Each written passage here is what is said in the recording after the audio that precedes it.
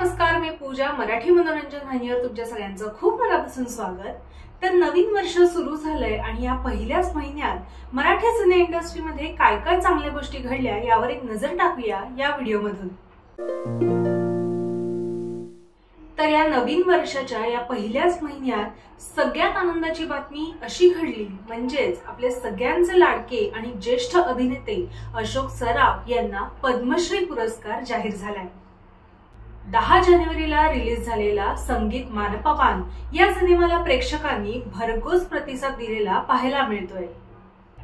तर first class Dabhade या सिनेमाने रिलीज झाल्यानंतरच्या पहिल्याच आठवड्यामध्ये 2 कोटींचा गल्ला जमवलाय. अभिनेता शशांक केतकरच्या घरी एका सुंदर परीने जन्म घेतलाय, म्हणजेच त्याला कन्यारत्न प्राप्त झालंय. तिचं नाव राधा असं ठेवत ही गुड न्यूज त्याने सोशल मीडियावर सगळ्यांसोबत शेअर केली.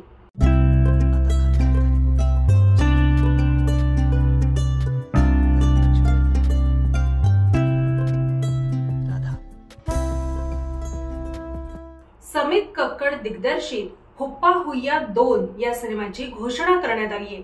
त्याचं पहिलं पोस्टर सोशल मीडियावर शेअर करण्यात आलंय.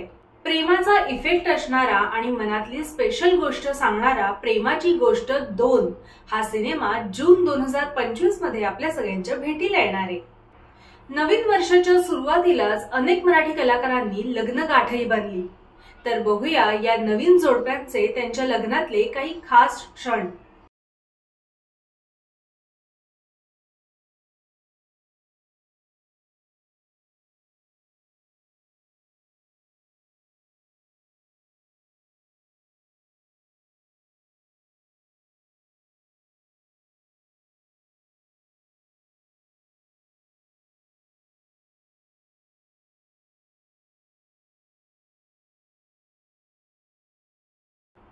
छावा या आगामी चित्रपटामध्ये विकी कौशल सोबत एक मराठमोळा चेहराही झळकणार आहे आणि तो म्हणजे अभिनेता संतोष जुळेकरचा.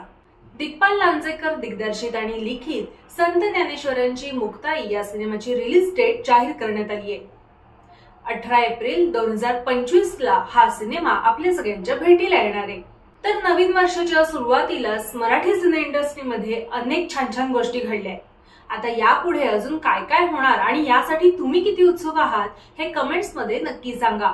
आणि अशाच बातम्या आणि मुलाखतींसाठी मराठी मनोरंजन वाहिनीला नक्की सबस्क्राईब करा.